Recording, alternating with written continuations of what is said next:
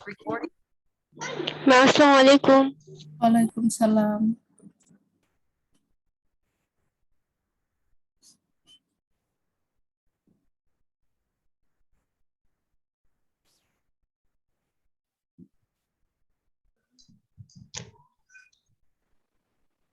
Madam আসসালামু আলাইকুম।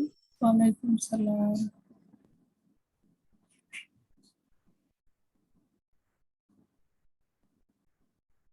আসসালামু আলাইকুম ম্যাম। ওয়ালাইকুম সালাম।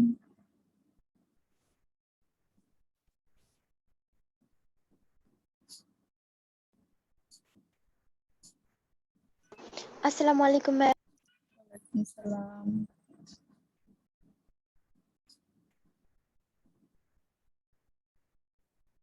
ম্যাম আসসালামু আলাইকুম। ওয়ালাইকুম সালাম।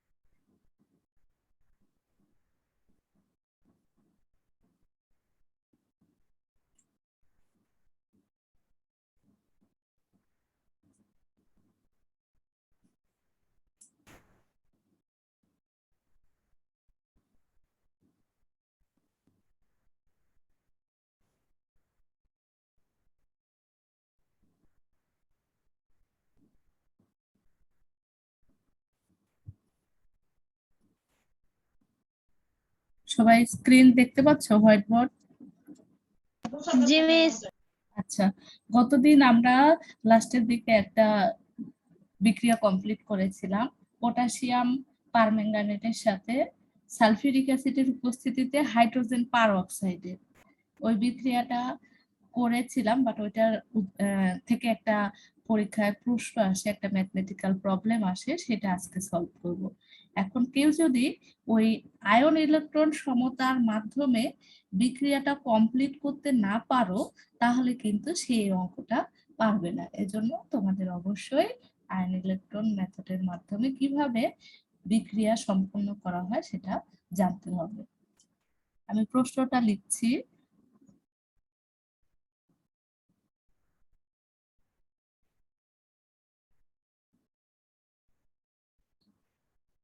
একটা পাত্র নেওয়া হয়েছে,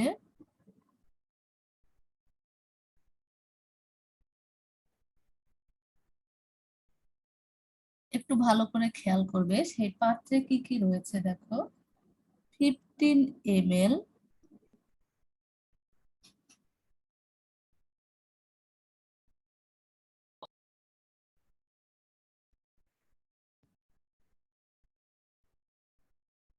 ফিফটিন ml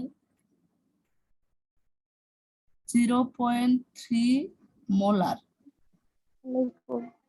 পটাশিয়াম পারম্যাঙ্গানেট।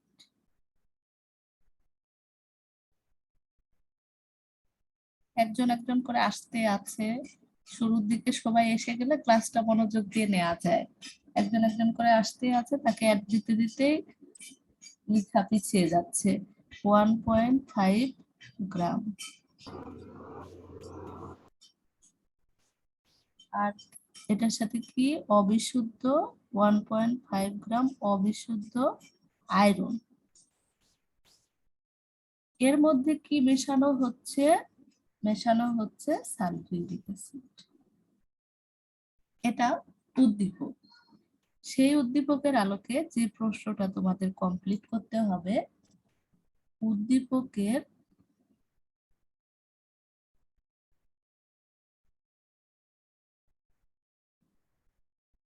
জারক পদার্থের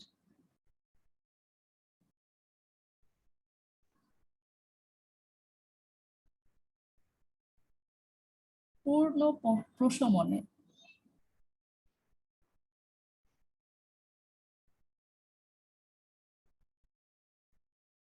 প্রশমনে 25 ml হাইড্রোজেন পারঅক্সাইড দ্রবণ যোগ করা হলো।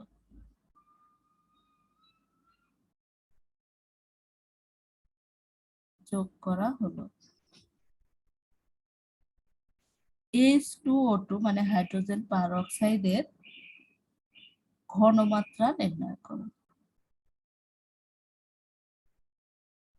করো বা বের করো, যেটাই বলো না কেন। এখন দেখো এখান থেকে তোমাকে আগে কিন্তু রিয়াকশনটা রাফে কমপ্লিট করে নিতে হবে। তোমাকে জারক চিহ্নিত করতে হবে, বিজারক চিহ্নিত করতে হবে, দেন জারকের জন্য বিজারণ বিক্রিয়া, বিজারকের জন্য জারণ বিক্রিয়া দেখিয়ে বিক্রিয়ার একদম ফাইনাল স্টেজে আসতে হবে যে তুমি কোন পর্যন্ত আসলে, কারণ এখানে ইলেকট্রন কতটা দরকার এবং ব্যালেন্স সহকারে কোন পাশে কতটা মৌল হবে, মৌলের পরিমাণটা তোমাকে জানতে হবে, না হলে কিন্তু তুমি এই বিক্রিয়াটা কমপ্লিট করতে পারবে না, যেটা আমি গত ক্লাসে তোমাদেরকে করিয়েছি। যারা গত ক্লাসে ছিলে তারা নিশ্চয়ই দেখেছো যে এই বিক্রিয়াটা কিন্তু আমি কমপ্লিট করেছি। এখানে কেউ একজন আমাকে বলো তাহলে জারক হিসেবে কে কাজ করবে আর বিজারক হিসেবে কে কাজ করবে?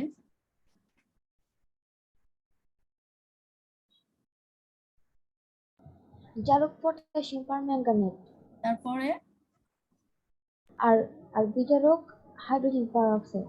আচ্ছা, এরপরে বিক্রিয়াটা কমপ্লিট করে ফাইনাল রূপটা আমাকে বলতে পারবে তুমি? যে বিক্রিয়াটা একদম কমপ্লিট করে উভয় পাশে, এটা প্রশ্নটা আমি এখন বুঝে দিচ্ছি, উভয় পাশে একদম পুরো কমপ্লিট করে আমাকে একটু বিক্রিয়ার ফাইনাল স্টেপটা বলতে হবে। গত ক্লাসে তো লিখে দিয়েছিলাম, যদি লেখা থাকে সেটা দেখেও বলতে পারো বা বিক্রিয়াটা তুমি কমপ্লিট করেও আমাকে বলতে পারো। সেক্ষেত্রে একটু সময় লাগবে। যাই হোক, আমাদের তাহলে বিক্রিয়া কি হয়েছিল? পটাশিয়াম পারম্যাঙ্গানেট ছিল, আর কি ছিল? সালফিউরিক অ্যাসিড, যেহেতু সালফিউরিক অ্যাসিডের উপস্থিতিতে বিক্রিয়াটা ঘটছে, আর ছিল হাইড্রোজেন পারঅক্সাইড। আমি কিন্তু বিক্রিয়া ব্যালেন্সটা এখনো করা শুরু করিনি, জাস্ট কি কি প্রোডাক্ট তৈরি হয়, কি কি বিক্রিয়া করে সেটা দেখাচ্ছি। পরবর্তীতে আমি কিন্তু বিক্রিয়াটা ব্যালেন্স করাবো। তাহলে পটাশিয়াম সালফেট পেয়েছিলাম, আর পেয়েছিলাম ম্যাঙ্গানিজ সালফেট, আর পেয়েছিলাম পানির পরিমাণটা আমাদের কিন্তু সেম ছিল, সেটা হচ্ছে 8H2, এটা আমি 8H2 দিলাম, আর ছিল 5টা অক্সিজেন। এখন আমাকে বলো কোন পাশে কি দিতে হবে, সংখ্যা কোন পাশে কার সাথে কত কি দিতে হবে, এটা কেউ একজন হেল্প করো। ম্যাম পটাশিয়াম পারম্যাঙ্গানেট দুই ওকে, থ্যাংক ইউ, 2 দিলাম। আর তারপরে ম্যাঙ্গানিজ সালফেট 2, আচ্ছা, ম্যাঙ্গানিজ সালফেটের সামনে 2 দিলাম। আর এই হাইড্রোজেন সালফেটে 3। হাইড্রোজেন সালফেট মানে সালফিউরিক অ্যাসিড, যেখানে সেটাতে হচ্ছে 3। সালফিউরিক আচ্ছা, অ্যাসিড। সালফিউরিক অ্যাসিডে 3 দিলাম। আর কোথাও কিছু দিতে হবে? আর স্যার মিস যে হাইড্রোজেন পারঅক্সাইডে 5। পারঅক্সাইডে 5 হবে। 5 দিতে হবে। এই যে জিনিসটা আমাদের দরকার হলে, এই যে এখানে 5 লাগলো, এটাই আমাদের দরকার পড়বে। কেন দরকার পড়বে? কারণ আমাকে কিন্তু হাইড্রোজেন পারঅক্সাইডের ঘনমাত্রা বের করতে বলা হয়েছে। এখন কেউ যদি এই বিক্রিয়াটা কমপ্লিট করতে না পারো তাহলে কিন্তু আর সে পারবে না, কারণ তোমাকে সূত্র যখন বসাতে হবে বিক্রিয়কের সাথে আমাদের কত দিয়ে গুণ করতে হবে, এই সংখ্যাটা এখান থেকে তুমি পাচ্ছ। এটা না পেলে তুমি কিন্তু পুরো অঙ্কটাই ইনকমপ্লিট রাখতে হবে। তাহলে আমাদের কি কি দেয়া আছে সেটা আমরা লিখে নিই। পটাশিয়াম পারম্যাঙ্গানেটের আয়তনটাকে আমরা V1 ধরতেছি, সেটার পরিমাণ আমাদের বলে দেওয়া ছিল উদ্দীপকে 15 ml। আর কি ছিল? এটার হচ্ছে ঘনমাত্রা দেওয়া ছিল, সেটাকে S1 বলা হচ্ছে, স্ট্রেংথ থেকে আর কি, কনসেন্ট্রেশনও বলে স্ট্রেংথও বলে। তাহলে S1 আমাদের ছিল হচ্ছে 0.3 মোলার। এরপরে পরবর্তীতে কতটুকু অ্যাড করা হয়েছে, বলা হয়েছিল যে জারক পদার্থের পূর্ণ প্রশমনে 25 ml হাইড্রোজেন পারঅক্সাইড। তাহলে সেই ক্ষেত্রে আমরা V2 হচ্ছে 25 ml, আর আমাদের বের করতে হবে S2 সমান সমান 1। এখন আমরা যে সূত্রটা জানি সেটা হচ্ছে V1S1 = V2S2, বাট এখানে বিক্রিয়কে কত পরিমাণ রয়েছে হাইড্রোজেন পারঅক্সাইড, সেই পরিমাণটা কিন্তু আমাদের বিক্রিয়কের আয়তন এবং ঘনমাত্রার সাথে গুণ আকারে থাকবে। তখন আমাদের এটা লিখতে হবে যে 5V1S1 সমান সমান কত হবে বলো তো? V2S2 কত হবে? সামনে কত দিতে হবে? 2 দিতে হবে। কেন? কারণ পটাশিয়াম পারম্যাঙ্গানেটে 2 রয়েছে। তাহলে এখান থেকে আমরা সূত্রটা পেয়ে গেলাম। এখন তো আমাদের ইজি, বাট এই যে 5 আর 2 পেলাম, এটা যদি তুমি বিক্রিয়া কমপ্লিট করতে না পারো তাহলে কিন্তু এটা পাবে না। এখন আমরা যদি সব মানগুলো দেয়া রয়েছে, অঙ্কটা কিন্তু খুবই ইজি, বাট তোমাকে বিক্রিয়াটা কমপ্লিট করা শিখতে হবে। এখন আমাদের যদি S2 আমরা বের করি, তাহলে 2V2S2 সমান সমান 5V1S1। সুতরাং S2 সমান সমান 5V1S1 ডিভাইডেড বাই 2 হচ্ছে V2। বলো, ক্যালকুলেশন করে বলো কত আসে। ক্যালকুলেশনটা খুবই ইজি, বাট তোমাকে এই বিষয়টাই বেশি গুরুত্ব দিতে হবে।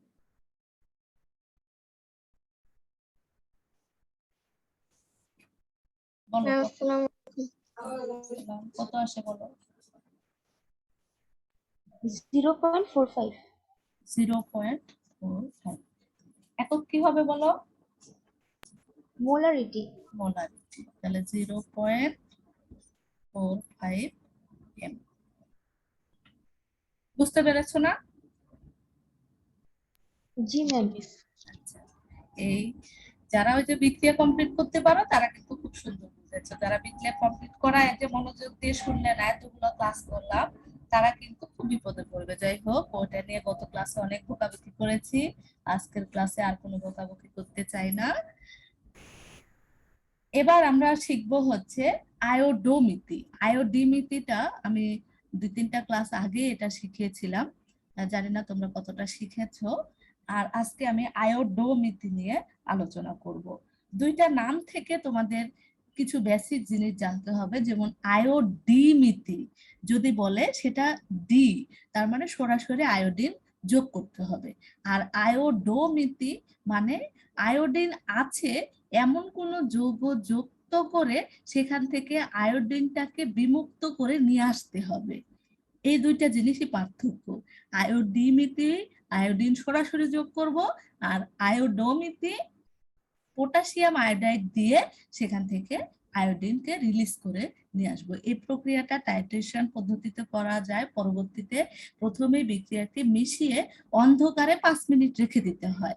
অন্ধকার বলতে ল্যাবে যে ডেস্ক গুলো থাকে, ডেস্কের যে ছোট ছোট ঢাকনার মতো থাকে নিচের দিকে, ওখানে গ্লাস দিয়ে ওয়াশ গ্লাস দিয়ে ঢেকে অন্ধকারে রেখে দিতে হয়, কারণ অন্ধকারে এই বিক্রিয়াটা খুব সুন্দরভাবে ঘটে। যখন তোমরা হায়ার লেভেলে কেমিস্ট্রি রিলেটেড পড়াশোনা করবা, তখন এই ধরনের টাইট্রেশন বা কিভাবে তুমি আয়োডোমিতি পদ্ধতিতে আয়োডিনকে বিমুক্ত করে নিয়ে এসে পরবর্তীতে ওইটার পরিমাণ নির্ণয় করবে, এই সবগুলো জিনিসই শিখবে। তাহলে আমি দেখাচ্ছি আয়োডোমিতি।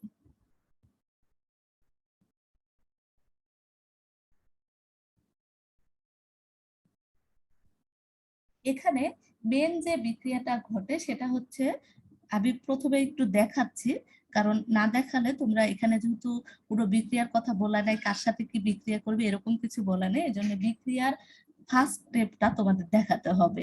এখানে হবে কপার সালফেট বিক্রিয়া করবে পটাশিয়াম আয়োডাইডের সাথে, বিক্রিয়া করে তৈরি হবে হচ্ছে কিউপ্রাস আয়োডাইড।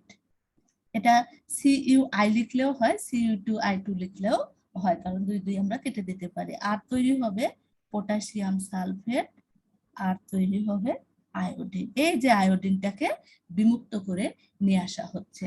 তাহলে দ্রবণে যদি একটা জারক পদার্থের সঙ্গে আয়োডাইড লবণ, মানে যে পটাশিয়াম আয়োডাইড, এটাকে আয়োডাইড লবণ বলা হচ্ছে, আয়োডাইড লবণের বিক্রিয়ায় যে আয়োডিন বিমুক্ত হয় তাকে বিজারকের প্রমাণ দ্রবণ যেমন থায়োসালফেটের দ্রবণ দ্বারা টাইট্রেশন করে পরবর্তীতে বিমুক্ত আয়োডিনের পরিমাণ নির্ণয় করার পদ্ধতিকেই আয়োডোমিতি বলে। সংজ্ঞা হিসেবে পরীক্ষায় আসলে তোমাদের লিখতে হবে যে যে প্রক্রিয়ায় পটাশিয়াম আয়োডাইড যুক্ত করে প্রমাণ সোডিয়াম থাইসালফেট দ্রবণ দ্বারা টাইট্রেশন করে আয়োডিনকে বিমুক্ত করে নিয়ে আসা হয় সেই প্রক্রিয়াকে আয়োডোমিতি বলে বা সেই পদ্ধতি থেকে আয়োডোমিতি বলে। এক্ষেত্রে যেহেতু টাইট্রেশন করা হচ্ছে তাহলে বুরেটে কাকে নিব আর কনিক্যাল ফ্লাক্সিড কাকে নিব এই বিষয়টা তোমাদের জানতে হবে। যেহেতু থাইসালফেটের প্রমাণ দ্রবণ ব্যবহার করছি তার মানে প্রমাণ দ্রবণটাকে আমরা বুরেটে নিব, আর টাইট্রেশন দ্বারা পরবর্তীতে আয়োডিনের পরিমাণ নির্ণয় করে তা থেকে জারক পদার্থ যেমন পটাশিয়াম পারম্যাঙ্গানেট হতে পারে, পটাশিয়াম ডাইক্রোমেট হতে পারে, কপার সালফেট ইত্যাদির পরিমাণ নির্ণয় করা যায়। এখন এখানে বলো জারক হিসেবে কে কাজ করবে আর বিজারক হিসেবে কে কাজ করবে বলো। এখানে জারক আর বিজারক বলো। জারক কোনটা বলো? বিক্রিয়াটা তো লিখে দিয়েছি, সেখান থেকে বুঝতে পারছো কি? আয়োডাইড বিজারক। আচ্ছা আর আয়োডাইড কপার হচ্ছে, সালফেট জারক। আচ্ছা আয়োডাইড হচ্ছে বিজারক। এটা আমরা হচ্ছে আয়োডাইড আয়নটা নিব শুধুমাত্র, আর জারকটাও নিব শুধুমাত্র কপার 2+ অর্থাৎ কপার আয়নটাকে আমরা জারক এবং বিজারক এই দুইটা প্রথমে চিহ্নিত করলাম। এবার আমরা কি করব, বিজারণ অর্ধবিক্রিয়া দেখাবো। তাহলে বিজারণ অর্ধবিক্রিয়া যদি দেখাই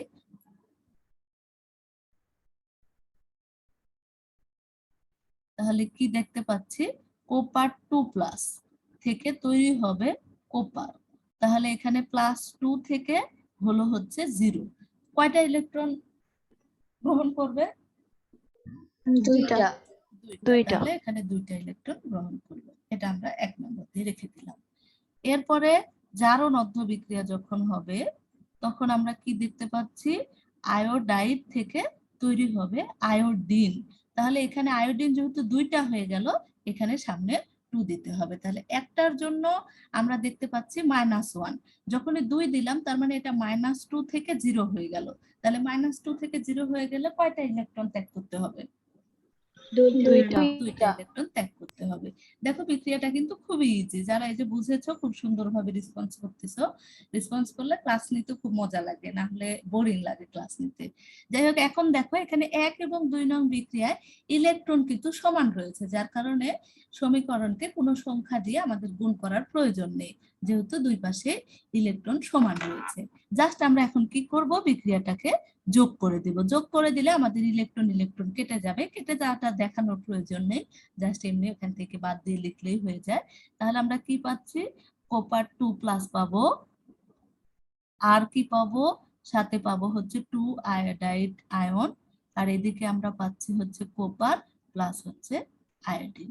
এবার ওই যে দর্শক আয়নটা আমরা বাদ দিয়ে এসেছিলাম কপার সালফেটের উপস্থিতিতে, কপার সালফেট ছিল, সালফেটটা বাদ দিয়েছিলাম, আর ছিল আমাদের পটাশিয়াম আয়োডাইড, সেটা থেকে পটাশিয়াম বাদ দিয়েছিলাম।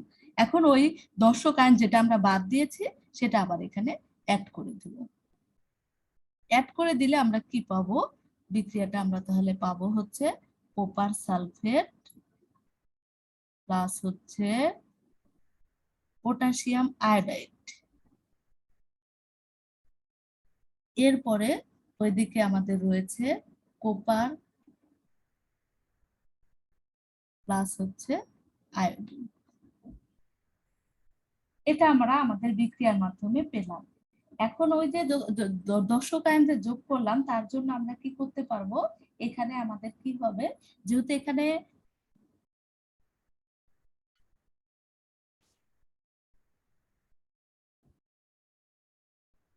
কপার 2+ থেকে কপার প্লাস হবে, এখানে একটা জিনিস একটু খেয়াল করো, এখানে 2+ থেকে শুধু প্লাস হবে, তাহলে এখানে 0 থেকে একটার জন্য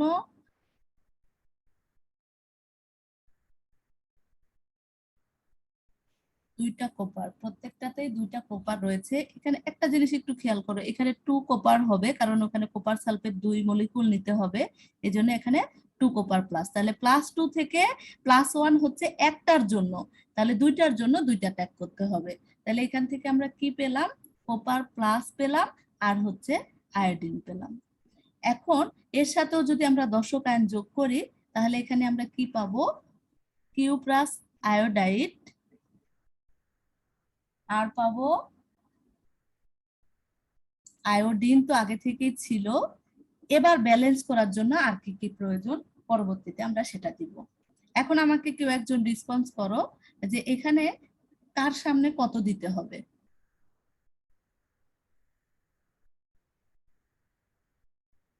কপার সালফেটের আগে 2 দিয়ে গুণ দিতে হবে। আচ্ছা 2 দিলাম, দিলে আমাদের কত হলো, এখন কি করতে হবে?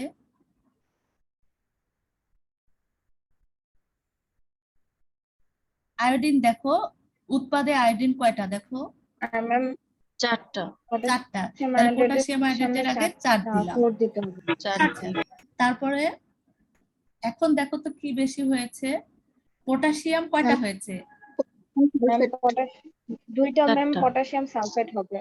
2 মলিকুল পটাশিয়াম সালফেট হবে।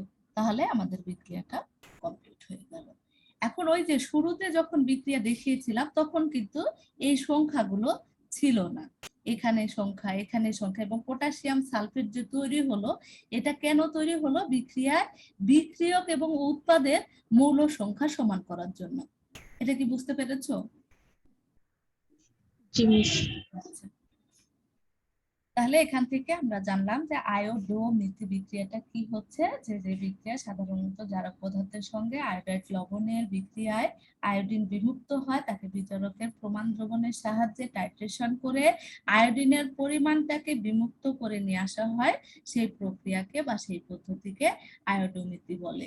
এবং আয়োডোমিথিতে জারণ বিজারণ ইলেকট্রন সমতা দেখিয়ে বিক্রিয়াটাকে পূর্ণ করার জন্য কাকে আমরা জারক হিসাবে কাকে বিজারক হিসাবে চিহ্নিত করব, পরবর্তীতে বিজারণ অর্ধবিক্রিয়া জারণ অর্ধবিক্রিয়া দেখিয়ে বিক্রিয়াটাকে কমপ্লিট করতে হবে, যে আমরা আসলে শেষ পর্যন্ত দর্শকায়ন যোগ করার পরে দুই পাশে মৌলগুলোকে সমান করার জন্য কি কি যুক্ত করছি।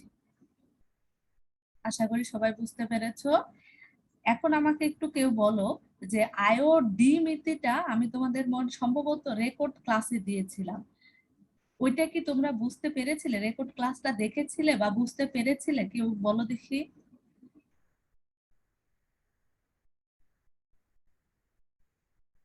নাকি আবার বুঝাতে হবে, কারণ এই দুইটা রিঅ্যাকশন খুবই ইম্পর্টেন্ট। ম্যাম আরেকবার বললে ভালো। আচ্ছা ঠিক আছে, তাহলে আমি আরেকবার একটু দেখাচ্ছি। আয়োডিমিথি, এটাতে কিন্তু সরাসরি আয়োডিন যোগ করতে হবে। তাহলে এখানে আমরা কি দেখতে পাচ্ছি, আয়োডিন যেহেতু যুক্ত করব, বিক্রিয়াটা হচ্ছে এরকম, সোডিয়াম থায়োসালফেট এর সাথে আয়োডিন যুক্ত করা হবে, দেন আমরা পাবো হচ্ছে সোডিয়াম থায়োসালফেট S4O6 প্লাস হচ্ছে সোডিয়াম আয়োডাইড। বলো এখানে জারক বলো।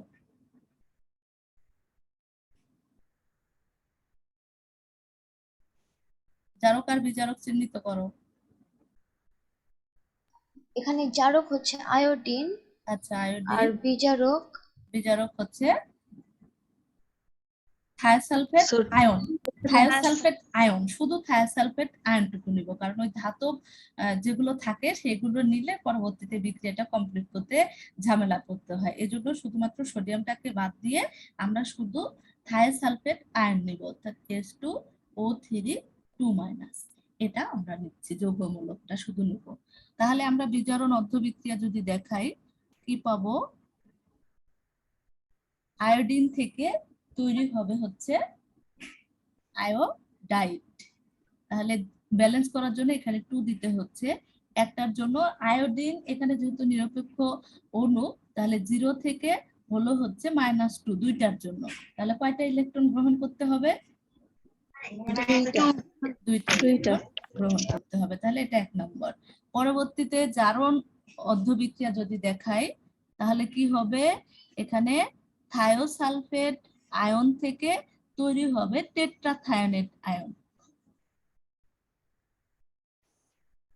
কেউ একজন আমাকে বলো যে এখানে সালফারের জারণ মান কত, থায়োসালফেট আয়নে একটা সালফারের জন্য জারণ মান কত?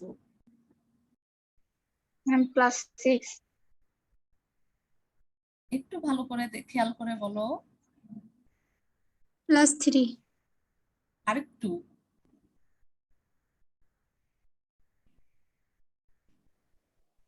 আরেকটু বলো। 4 কয়টার জন্য 4? একটার জন্য। আচ্ছা, তা আরেকটু ভাবতে হবে। দেখো সালফারের যদি আমরা বের করি তাহলে সালফার ধরো x গুণন 2 প্লাস হচ্ছে অক্সিজেন -2 গুণন 3, আর ওই পাশে যে -2 আছে সেটা 2 যাবে, তাহলে আমাদের কত হচ্ছে 2x সমান সমান হচ্ছে -2 মাইনাস হচ্ছে প্লাস হচ্ছে কত 3 দুগুণ 6, তাহলে কত হচ্ছে বলো তো 4, তাহলে +2 না +2 +2, তাহলে +2 একটার জন্য হচ্ছে +2, তাহলে এখানে যেহেতু 4টা দিয়েছি, তাহলে তো এখানেও 2 দিতে হবে ব্যালেন্স করার জন্য, তাহলে এখানেও 4টা হলো, তাহলে একটার জন্য যদি +2 হয় 4টার জন্য কত 2.5 4টার জন্য কত 2.5 এখানে আমি বের করতে যাইনি এখনো, এখানে বলো একটার জন্য যদি +2 হয় তুমি ওখানে চলে গেছো টেট্রাথায়োনেটে চলে গেছো, আমি থায়োসালফেট আয়নে বলতেছি একটার জন্য যদি +2 হয় তাহলে 4টার জন্য +8 হবে, আর এখানে আমাদের একটার জন্য হচ্ছে কত আসে বলো তো, এবার বলো কত আসে, এবার তুমি বলো, তুমি বলছিলে তো একটার জন্য কত আসে, কেন 4? দেখো এখানে 6 দুগুণ 12, 12 আর এদিকে হচ্ছে -2 আছে, বোঝার চেষ্টা করো, ভালো করে একটু বোঝার চেষ্টা করো। এখানে দেখো 6 দুগুণ 12 আর এখানে -2 আছে, তার মানে 10 হলো, 10 কে 4 দিয়ে ভাগ করলে কত হয় 2.5 2.5, তাহলে একটার জন্য যদি 2.5 হয় তাহলে 4টার জন্য কত 2.5 গুণন 4 কত 10 +10, তাহলে +8 থেকে +10 হলো, তাহলে কয়টা ইলেকট্রন ত্যাগ করতে হবে 2টা। 2টা ইলেকট্রন। এটা কিন্তু খুবই ইম্পর্টেন্ট একটা বিষয় যে বের করার জন্য জারণ মান বের করতে যদি না পারো তাহলে কিন্তু বিপদ হয়ে যাবে, তোমাকে কিন্তু বুঝতে হবে যে কার কয়টা আছে এবং কয়টা আমি বের করছি। এখানে কিন্তু প্রথমে যদি আমরা শুধু সালফারের বের করি তাহলে কিন্তু +2 হবে, পরবর্তীতে সালফার যেহেতু আমার ব্যালেন্স করার জন্য 4টা হয়ে গেল, তাহলে একটার জন্য +2 হলে 4টার জন্য 8 হবে। সেম ভাবে এখানে যদি টেট্রাথায়োনেট আমরা বের করতে চাই তাহলে একটা সালফারের জন্য +2.5, তাহলে 4টা সালফারের জন্য 10, তার মানে +8 থেকে +10 গেলে 2টা ইলেকট্রন ত্যাগ করতে হবে। এবার আমরা যদি এই বিক্রিয়াটা যোগ করি, এখানে তো যোগ করার জায়গায় পাবো না লেখার, তাহলে কি হচ্ছে এখানে আয়োডিন থাকছে আর থাকতেছে 2 থায়োসালফেট আয়ন, এই পাশে থাকে হচ্ছে 2 আয়োডিন আর থাকে হচ্ছে টেট্রাথায়োনেট আয়ন। এবার আমরা প্রয়োজনীয় যে দর্শক আয়নটা বাদ দিয়েছিলাম সেই দর্শক আয়নটা যোগ করে দিব, যোগ করে দিলে আমরা ধরো এই বিক্রিয়াটা পেলাম, আমরা প্রথমে যে বিক্রিয়াটা লিখেছিলাম সেই বিক্রিয়াটা পেলাম। এবার বিক্রিয়া ব্যালেন্স করো, বলো কোন দিকে কত কি দিব, সালফেটের জায়গায় 2 থায়োসালফেটের আগে 2 দিলাম, তাহলে সোডিয়াম আয়োডাইডের আগে 2 সোডিয়াম আয়োডেটের আগে 2, সব মুছে যাচ্ছে তো আমি সব মুছে দিচ্ছি কেন, আচ্ছা 2, আচ্ছা এরপরে আর কিছু আর কিছু, আচ্ছা ওকে থ্যাংক ইউ, তাহলে বুঝতে পেরেছো আজকে, জি মিস। Okay thank you. তাহলে এই আয়োডোমিতি এবং আগের যে আরো কিছু রিঅ্যাকশন কমপ্লিট করেছিলাম সেগুলো বাসায় আরো ভালো করে পড়বে, তাহলে বাকি জিনিসগুলো বুঝতে পারবে। কয় মিনিট আছে দেখো তো একটু, নতুন টপিক শুরু করতে পারবো? আচ্ছা 10 মিনিট 10 আছে, মিনিট আচ্ছা 10 মিনিট আছে।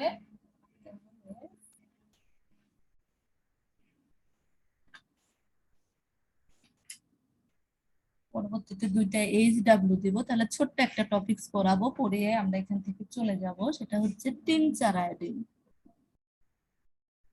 নাম শুনেছো টিংচার আয়োডিনের?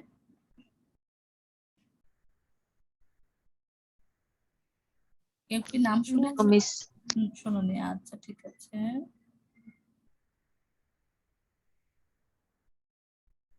টিংচার আয়োডিন হচ্ছে একটা ক্ষত নিবারক, ক্ষত নিবারক মানে যেখানে ধরো পুরো আঘাতের গর্তের মতো হয়ে গেল, মাংস ওখান থেকে ধরো উঠে গেল বা পুড়ে গেল, বা হচ্ছে কোনো কিছুতে শক্তভাবে আঘাত পেয়েছো সেই জায়গা থেতলে যাওয়ার মতো হয়ে যায়, এই ধরনের ক্ষত নিবারকের জন্য একটা অ্যান্টিসেপটিক আর কি এটা ব্যবহার করা হয়।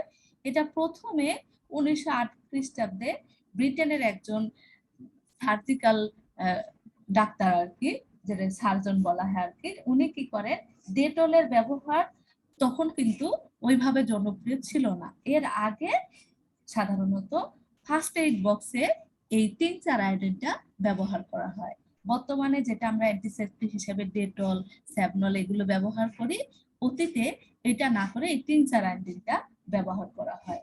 সাধারণত টিংচার আয়োডিন তৈরি করতে কি কি লাগে? 2 থেকে 7%, 2 থেকে 7% থাকবে হচ্ছে তোমার আয়োডিন।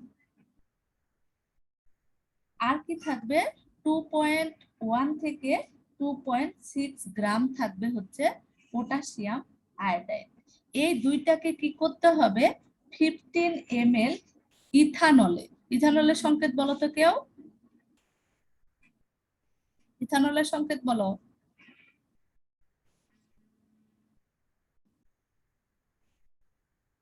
CH3CH2OH। CH হয়েছে?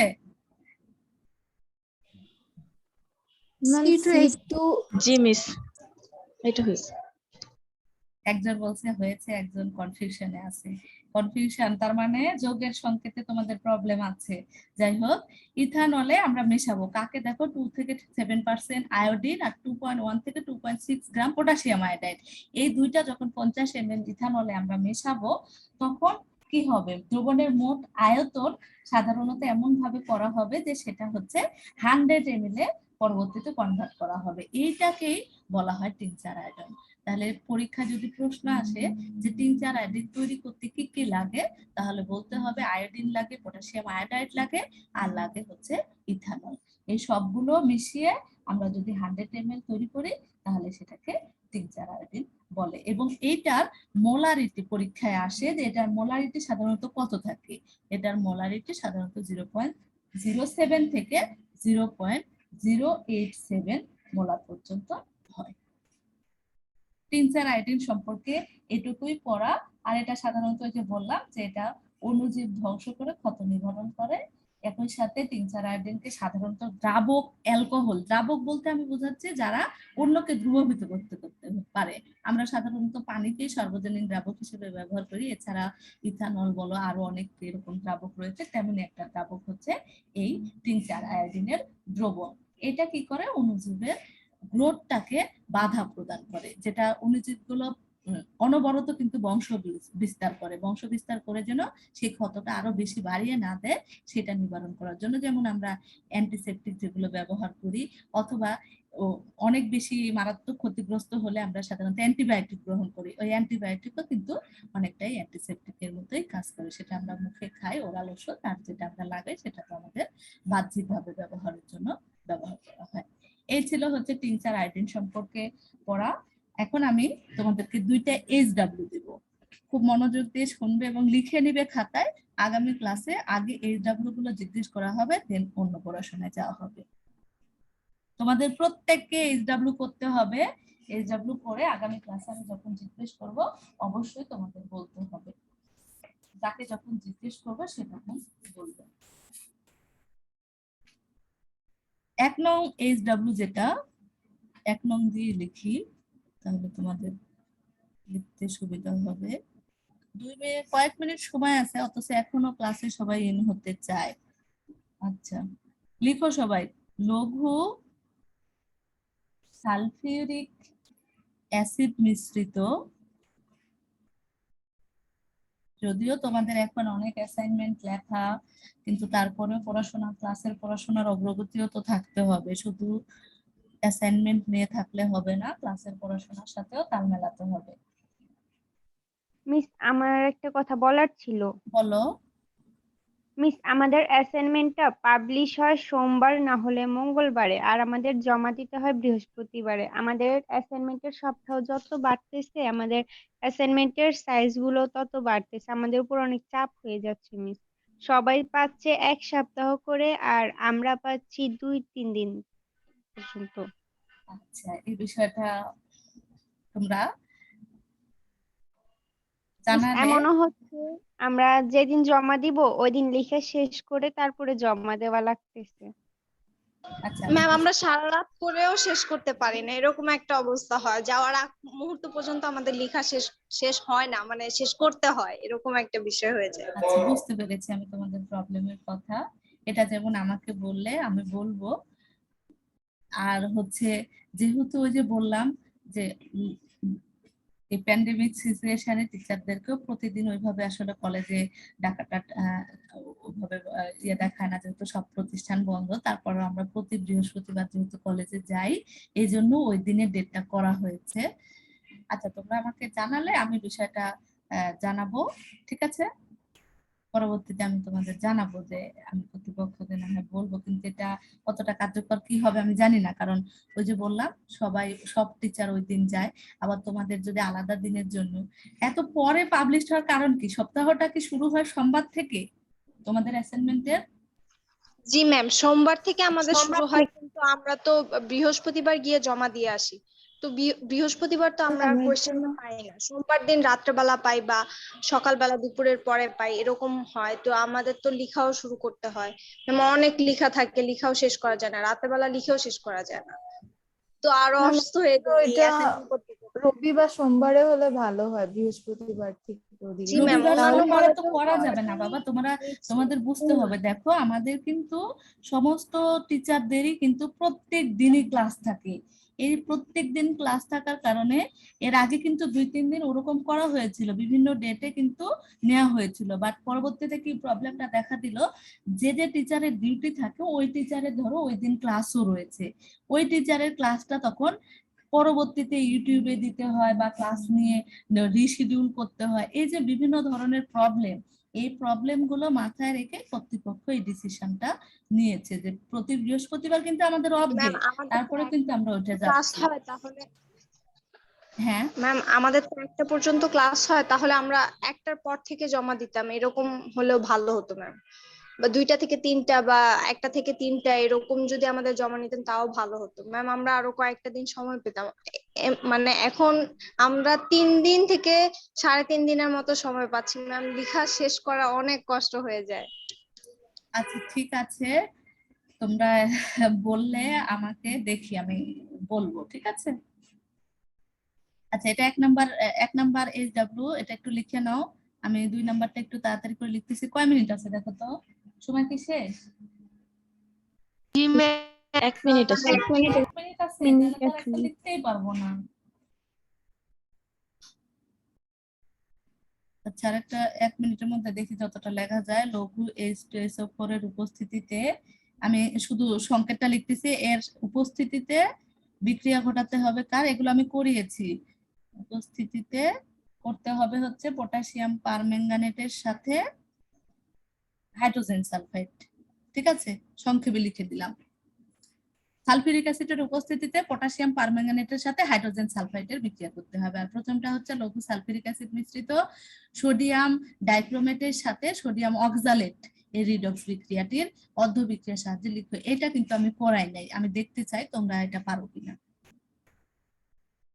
ঠিক আছে, লিখে নিয়েছো সবাই? না হলে স্ক্রিনশট দিয়েও নিতে পারো, জি মিস। স্ক্রিনশট দিয়ে নিতে পারো।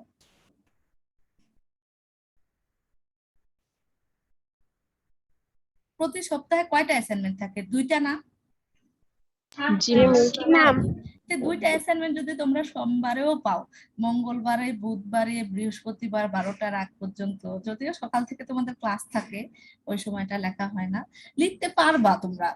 কারণ দেখো, অনেক সময় কিন্তু একটা অ্যাসাইনমেন্ট লিখতে 2 ঘন্টা, যদি সাজিয়ে গুছিয়ে থাকে 2 ঘন্টা লাগে নাকি তার বেশি লাগে? ম্যাম আমাদেরকে সব বের করে করে